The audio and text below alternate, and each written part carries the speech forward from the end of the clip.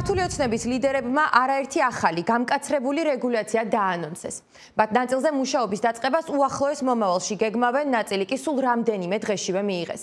ანალიტიკოსებისა და უფლებადამცველების შეფასებით შემოთავაზებული საკანონმდებლო ცვლილებები ადამიანის ფუნდამენტურ უფლებებს უქმნის საფრთხეს და მიზნად იმ პროტესტის ჩახშობას ისახავს, რაც სხვადასხვა ფორმით უკვე თვეებია საქართველოში გრძელდება. დემონსტრაციებთან დაკავშირებული კანონმდებლობის გარდა საუბარია მედიისა და არასამთავრობოების დაფინანსების, მათი მოქმედების წესებისა და სტანდარტების შესახებაც კი. გადაცემაში ახლა ჩემი კოლეგა ეკა მაღალდაძე გვიერთდება, რომელიც თემაზე მუშაობდა და ვაშინგტონიდან შეფასებებს გაგვაცნობს. რეპრესიების, გაძლიერების და დემოკრატიული პროტესტის ნაწილის უკანონოდ გამოცხადების მცდელობა. ასე აფასებენ ვაშინგტონში ამ ბოლოდროინდელ უკვე მიღებულ თუ დაანონსებულ ცვლილებებს, რომლებზეც ქართული ოცნების ხელისუფლება საუბრობს.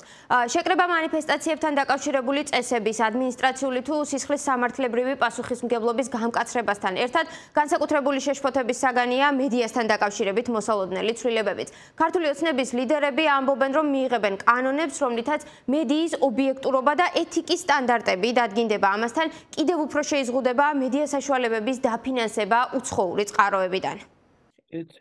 ეს ძალიან მარტივია. ივანიშვილის გუნდი უფრო და უფრო მეტი რეპრესიებისკენ მიდის. ეს საქართველოსთვის საშინელია. არ მგონია, რომ ივანიშვილიდან მისი გუნდი ამაში წარმატებული იქნება, მაგრამ ესაა ის, რასაც ვხედავთ.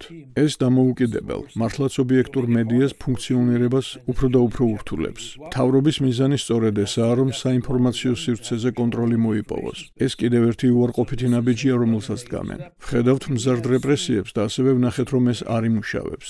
ვერ აიძულებს ხალხს ამ მთავრობის რეპრესიული ბუნებით საკუთარი უკმაყოფილება არ გამოხატოს.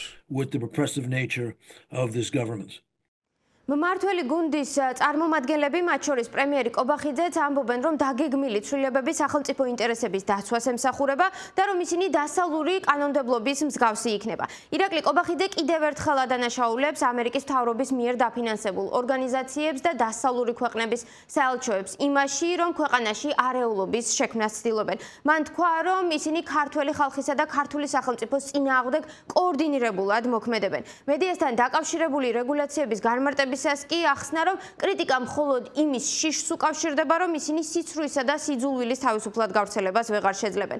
ანალიტიკოსები ამბობენ, რომ ეგრეთ წოდებული უცხოეთის აგენტების კანონის მსგავსად არც ამ შემოთავაზებულ ცვლილებებს აქვს რაიმე საერთო დემოკრატიასთან და ამგვარად მმართველი გუნდი მხოლოდ მზარდი რეპრესიების გამართლებას ისიც წარუმატებლად ცდილობს. ვფიქრობ, ისინი გაუმართლებელი პოლიტიკის გამართლებას ცდილობენ.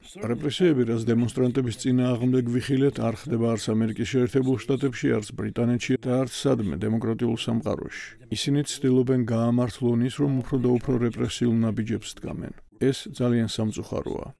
საქართველოს დასავლელი მეგობრები ხელისუფლებას კვლავ მოუწოდებენ გათავისუფლდნენ პროევროპული დემოკრატიული პროტესტისას დაკავებული პირები. ვაშინგტონის და ევროპული ქვეყნების დედაქალაქებში კი კვლავ განსაკუთრებული ყურადღების ცენტრში რჩება მზია ამაღლობელის საქმე. პოლიტიკოსები, ანალიტიკოსები ამბობენ, რომ მთავრობა მისი რეპუტაციის შელახვას და ყურადღების გადატანას ცდილობს.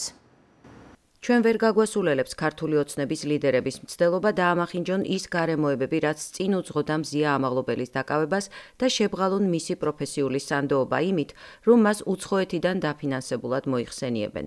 ეს კიდევ ერთი მანევრია, რომლის მიზანიც ყურადღების გადატანის მცდელობაა ევროატლანტიკური კურსის გარშემო საქართველოს მოსახლეობის მასშტაბური მობილიზაციიდან, რაც ასახულია როგორც საქართველოს კონსტიტუციაში, ისე ქართველი ხალხის ნებაში. ძალაუფლების უკანონოდ ხელში ჩაგდებით რუსეთის მიერ მხარდაჭერილმა ოლიგარქიულმა პარტიამ ქართული ოცნება ორივე მათგანს უღალატა. ქართველ ხალხს ვერ გააჩუმებენ. ეს შემაძრწუნებელია. საქართველოში ვხედავთ ამ ყველაფერს ძალადობის გამოყენებით. ეს მართლაც კიდევ ერთი ნაბიჯია იმ ნამდვილი ტირანიისკენ, როგორცაც რუსეთის, ჩინეთის ან ირანის მსგავს ადგილებში ვხედავთ. ქართველები მართლები არიან, რომ ამას, ამ ძალადობრივ მეთოდებს უპირისპირდებიან. თავისურვებდი, რომ დასავლური სამყარო კიდევ უფრო მეტად დაუდგეს გვერდით ქართველებს, რომლებიც ამ მოვლენებს ეწინააღმდეგებიან.